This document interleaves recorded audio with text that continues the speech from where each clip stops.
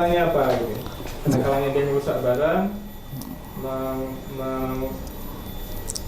mengurai barang, maka ini punya kecenderungan yang dia punya ketertarikan atau interest pada bidang-bidang yang sifatnya mekanik gitu ya.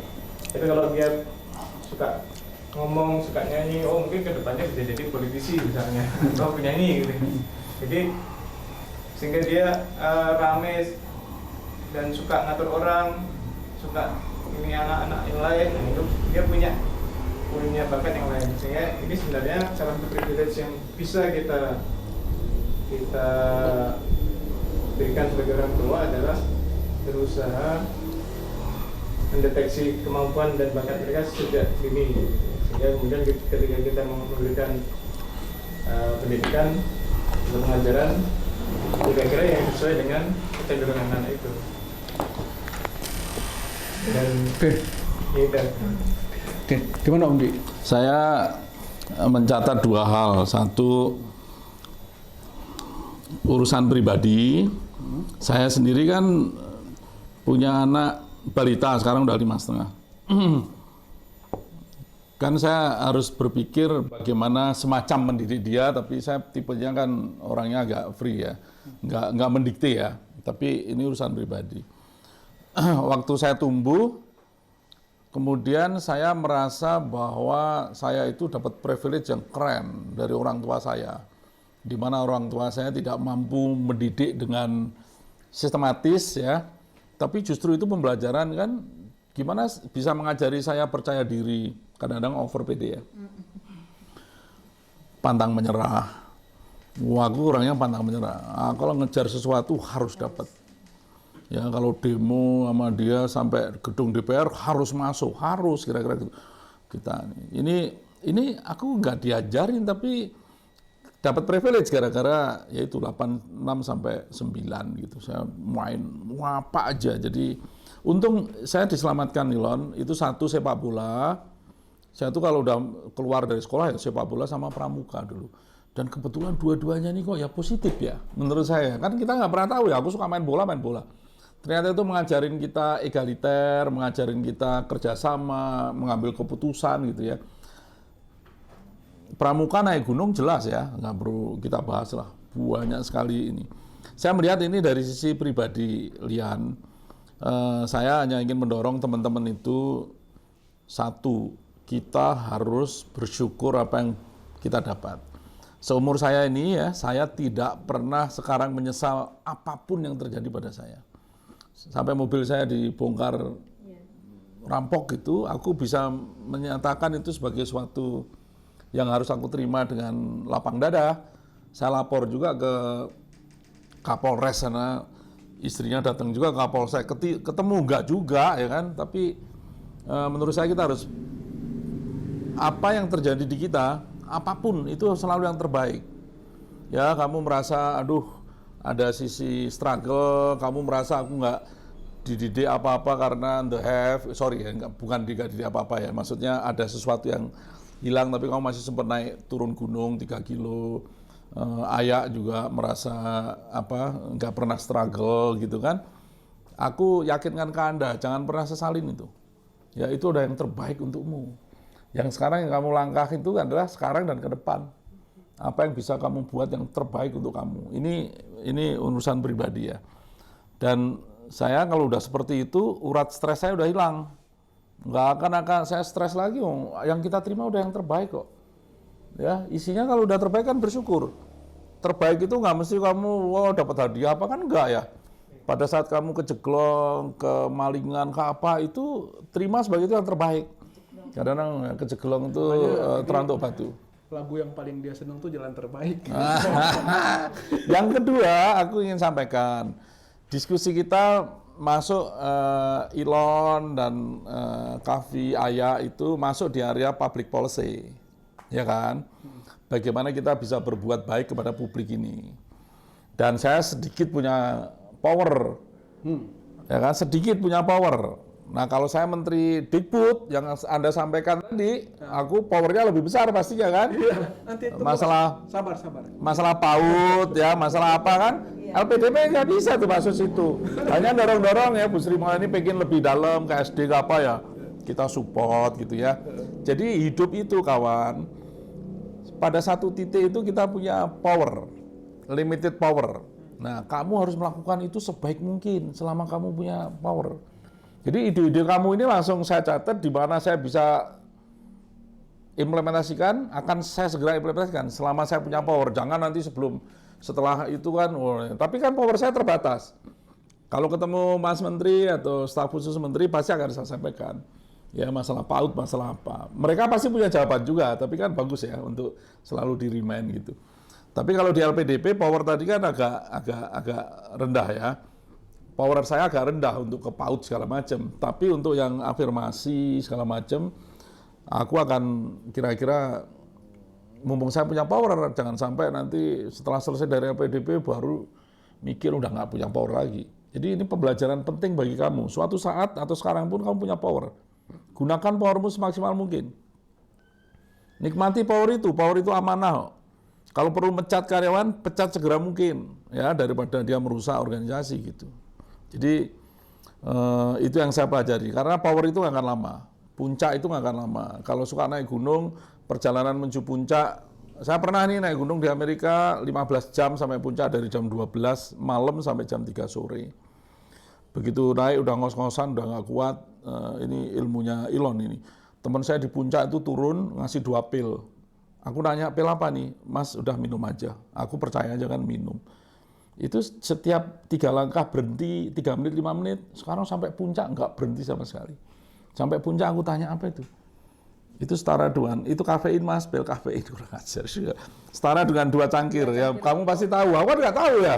Kayak pil bodrek gitu kan. Aku minum 2 sampai puncak nggak berhenti sama sekali kan, aneh ini kan. Tapi ya, nah ya itu 2001 atau 2000 tuh. Ternyata kawan, puncak yang tadi aku pikirkan bukan puncak sebenarnya. Puncaknya masih 3-4 jam lagi.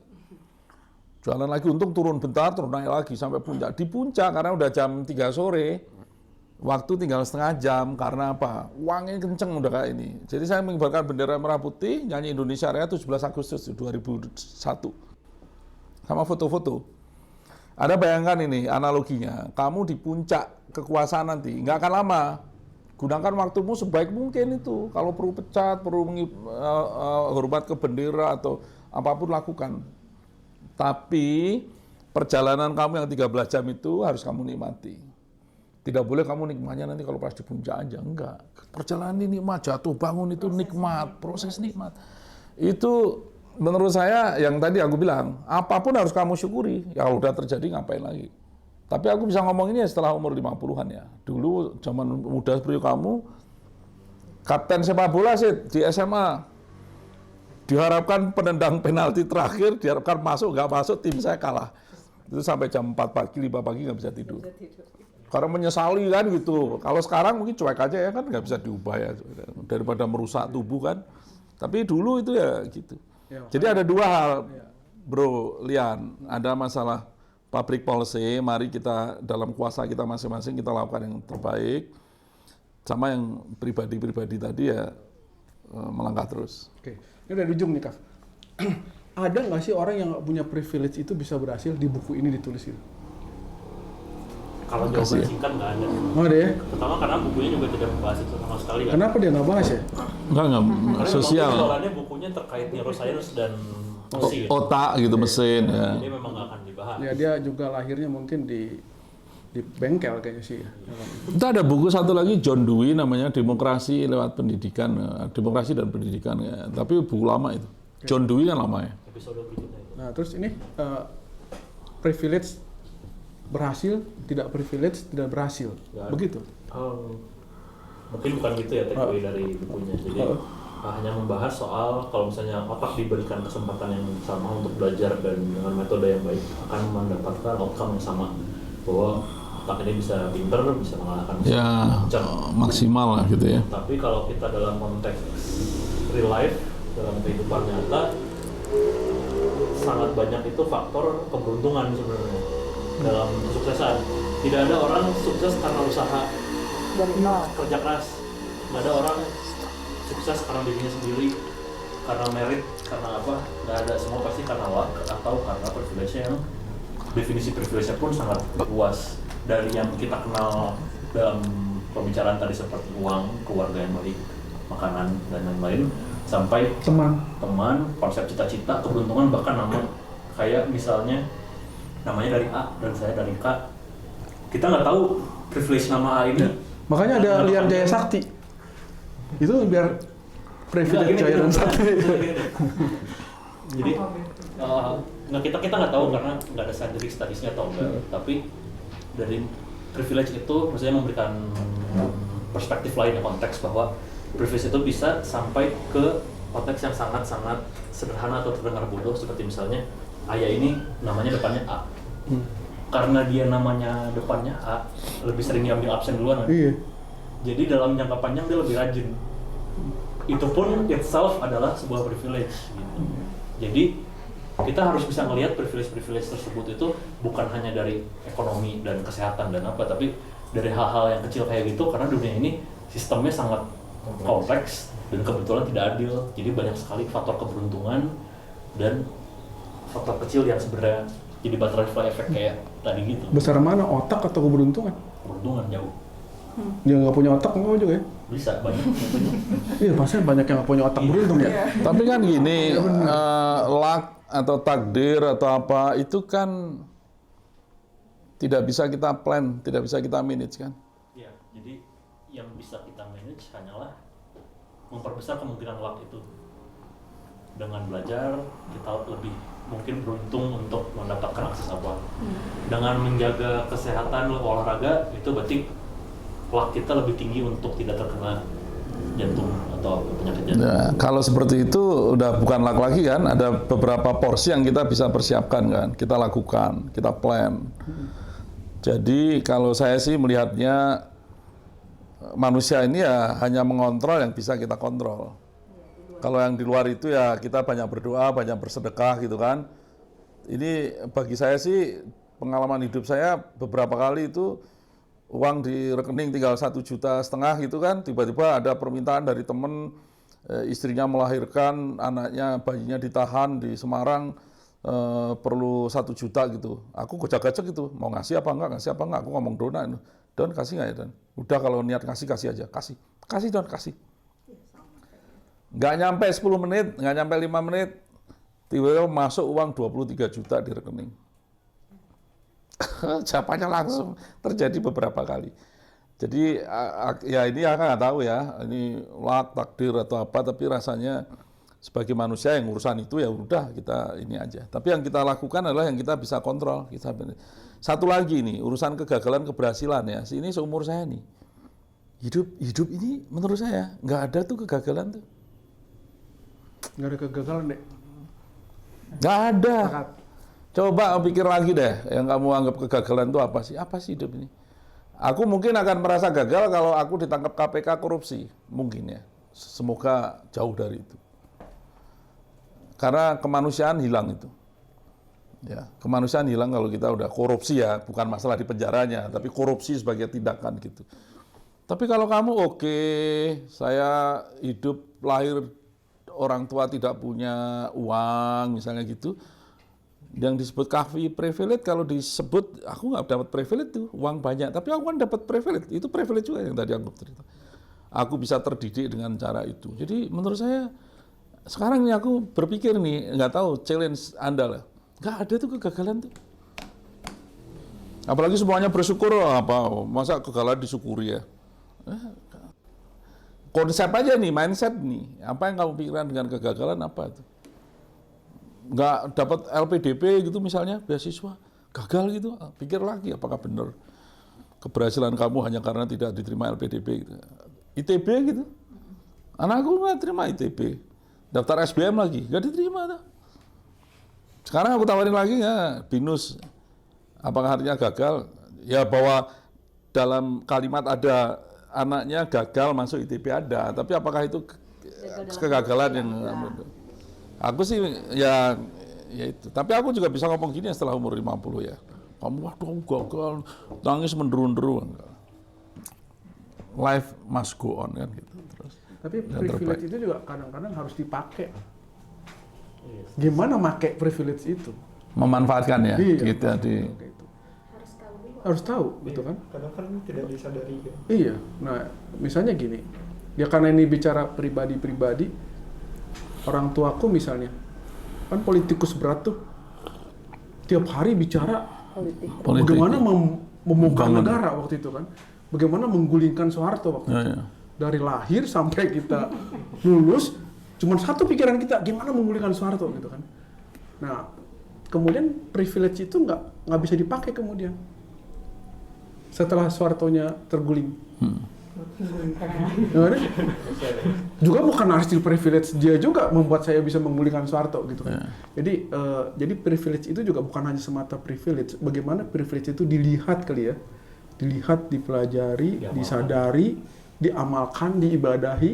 Ya. Nah, oh iya nih kayak gini nih. Gitu. Dimaksimalkan. Gitu dimaksimalkan ya. Oke, ini udah pada di ujung nih, Om Dwi. Gimana nih Om Dwi? Dari buku ini yang Om Dwi simpulkan dan kayak kalau di film-film tuh atau kalau di talk show tuh closing statementnya. Kalau aku kan memang fungsi manusia itu ternyata learning ya. Ya mulai yakin ya bahwa memang manusia ini dari bayi sampai kita umur tua kan terus belajar ya. Nah dalam proses ini hidup ini harus makin berarti, makin bermakna, membawa kedamaian, kan nilai-nilai luhur itu kan gitu. Nah saya dari buku ini saya bisa melihat bahwa banyak yang dijustifikasi oleh buku ini apa yang saya alami karena kita kan udah umur 50-an, ternyata perjalanan ini banyak dijustifikasi dan ada hal-hal baru yang mungkin saya bisa terapkan ke anak saya, satu ke pribadi ya, ke mahasiswa saya. Ada juga yang penting tadi dari diskusi sekarang, hal-hal yang kita bisa lakukan untuk public policy agar bangsa ini terus maju, bersatu maju dan maju bersama gitu. Saya beberapa concern saya tangkap ya, masalah underprivilege gitu kan, memang untuk orang-orang seperti kita yang merasa dapat privilege kan harusnya ini dibagi ya.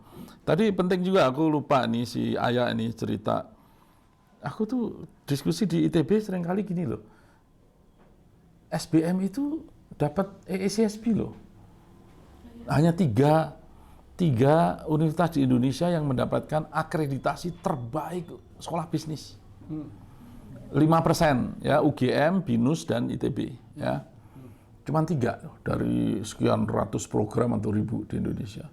Nah kenapa nggak bisa ada rasa ECSB di seluruh Indonesia ya? Kenapa nggak secepat itu? Kenapa ITB harus punya cabang gitu? Kenapa nggak semuanya adalah rasa ITB, rasa Gajah Mada, rasa BINUS, atau rasa UI, rasa apa yang keren gitu kan?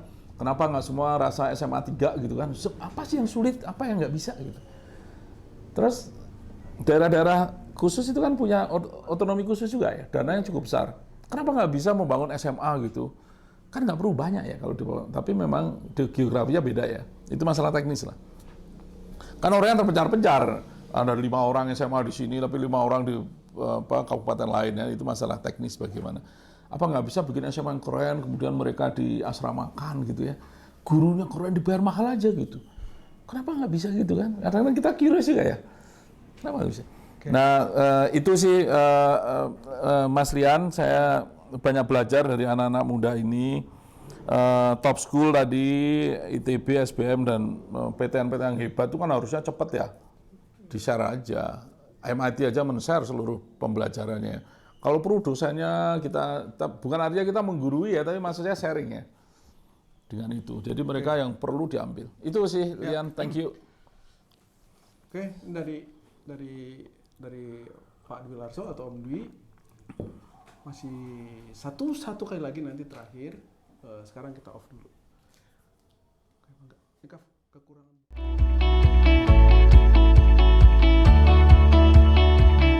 Buku ini tentu ditulis dengan environment, dengan pengalaman sendiri ya. Kita punya kritik terhadap buku ini. Kita cuma minta satu kritik aja dari Kavi yang kebetulan banyak belajar tentang neuroscience. Gimana Kak? Oke. bukan kritik tapi ya. Itu kasih tisu tuh, itunya mulutnya. Lebam. Lipstick aja sekalian. Gimana? Makasih. Jadi makasih. Ya jadi mungkin saya mau lihat buku ini dari perspektif yang lebih global aja tentang bagaimana kita membaca buku. Gitu. Jadi ini buku non fiksi hitungannya ya. Seperti buku-buku yang kita review kemarin. Dalam membaca buku non fiksi itu kita seharusnya punya awareness atau punya kesadaran bahwa buku ini sebenarnya pada akhirnya adalah fakta-fakta yang didukung dengan opini. Mau bagaimanapun orang ini tidak mempublish jurnal ilmiah dengan pakem-pakem yang udah pasti. Tapi dia adalah seorang Stanislas Dehaene yang punya opini, punya pengalaman, dan pengalaman tersebut mencetuskan dirinya untuk membuat buku seperti ini dan didukung oleh jurnal-jurnal dan penemuan ilmiah gitu. Ya. Jadi kita jangan serta-merta menganggap bahwa semua yang ada di sini benar. Ya. Gitu. Satu itu dalam proses membaca buku. Nah, ketika kita sudah punya wisdom kayak gitu, punya pemahaman seperti itu dalam membaca buku, maka kita bisa membuat buku ini jadi maklum dengan beberapa kekurangannya gitu. Dan ya sudahlah, ini opini dia juga kalau misalnya ada yang tidak sejalan gitu. Dan bukan berarti kita harus melawan itu, tapi kita tahu bahwa orang ini menulis buku yang berbeda. Sama halnya dengan buku-buku non fiksi lainnya juga, apalagi fiksi. Kalau lebih teknisnya lagi di dalam buku ini, yang membuat saya rada berpikir terusik juga gitu. Ada satu bab yang dia menjelaskan soal neuron dan juga struktur otak gitu. Neuron ini apa? Lalu ada neurotransmitter berupa dopamin fungsinya relate dengan apa? Asetilkolin terkait dengan apa? Serotonin dengan apa? Terus jalurnya ini terkait dengan listrik dan stimulus segala macam. Buat orang yang di bidang kedokteran itu adalah surface level knowledge, adalah pengetahuan yang dasar aja. Atau buat saya yang sudah lama lewat pendidikan dan lupa dengan detail-detailnya, memang cuma itu yang saya ingat gitu. Jadi, nah, lalu bagaimana dengan bagian-bagian yang lain gitu, seperti soal machine learning, artificial intelligence, neuroscience yang lebih kompleks, lalu ilmu sosial, nutrisi, terus psikolog dan lain-lain. Apakah itu surface level juga gitu? Saya nggak tahu, karena ketika saya menaruh apa yang dia tulis soal neuron itu sebagai dasar pengetahuan standar dia menulis, berarti bisa jadi semua yang dia tulis ini adalah semu gitu, hanya permukaannya aja gitu. Nah, terlebih lagi yang lebih menarik adalah orang ini bukan benar-benar psikolog, bukan pedagog, bukan juga software engineer, bukan computer scientist. Orangnya adalah terkait dengan matematika ya, dan ada minat ke psikolog. Yang bacanya adalah dokter klinis dan entrepreneur terkait pendidikan juga. Jadi sebenarnya kita menilik-nilik konten ini nih sesuai atau enggak, apakah hanya permukaan atau apakah benar. Tapi ya begitulah pengetahuan dan ilmu non fiksi gitu. Jadi ya memang orang-orang membahas sesuatu yang bukan bidangnya, dan ilmu itu memang sejatinya buat dibagi-bagi, harus bisa dibaca semua orang gitu. Jadi menurut saya bukunya cukup representatif, walaupun sepertinya hanya permukaannya aja dan terlalu terfokus pada kekaguman dia pada penemuan-penemuan ilmiah. Misalnya salah satu konteks ketika ada percobaan soal kucing yang dikaitkan dengan leash dan kucing yang dikaitkan dengan baju. Dia kayak kagum banget soal, ini bisa begini gitu. Ini tuh berarti opini dia gitu, dan kayak kita baca buku isinya tentang dia, amazed banget lihat anak bisa main biola walaupun otaknya hanya aktif setengah gitu.